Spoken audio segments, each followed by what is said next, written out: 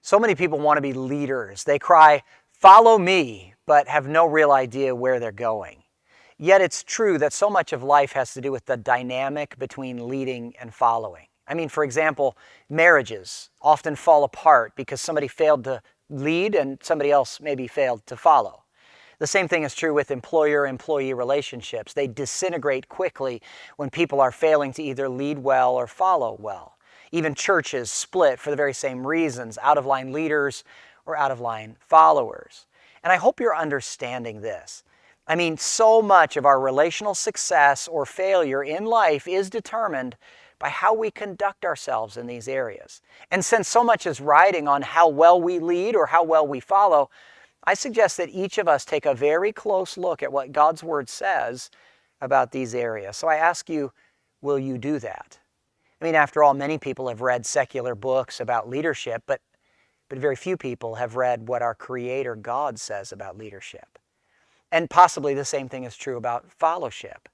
So let me give you quickly 3 biblical thoughts about these areas.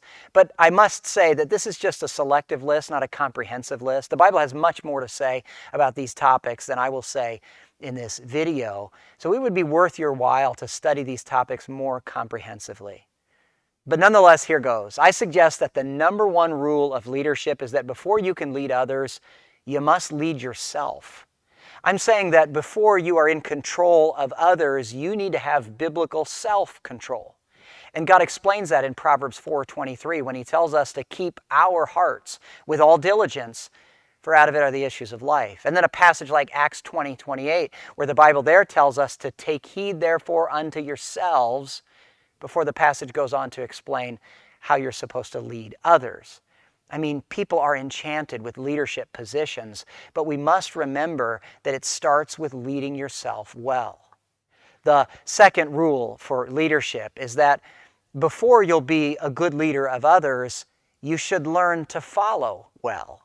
I mean, it's wise for you to learn how to be submissive to the leadership of someone else before you're entrusted with people being submissive to your direction. It's helpful for you to know the feeling of putting your blood, sweat, and tears into a project only to have your employer stifle your efforts and suggest he wants it done differently. It's then when you start figuring out how to follow the will of another person who's endeavoring to lead you. And I know it can be painful, but those moments can also be beneficial for your personal development if you're submissive in those moments and you learn to follow well.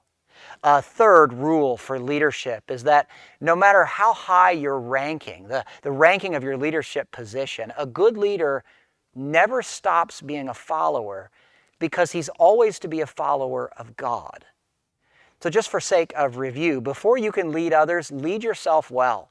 And secondly, learn how to follow well. And thirdly, remember that no matter how high you climb, you must always be a follower of God. And the main way you can do that is by saturating your heart and mind with this precious word. Let this book mold you into being the leader and follower that you should be, and thereby you'll strengthen your marriage, and you'll strengthen your work relationships, and you'll even strengthen your church family. So would you let this book be a lamp unto your feet and a light unto your path? If you will, you'll avoid these unnecessary relational heartaches. You'll do it with God's help. And please, would you do it for God's glory?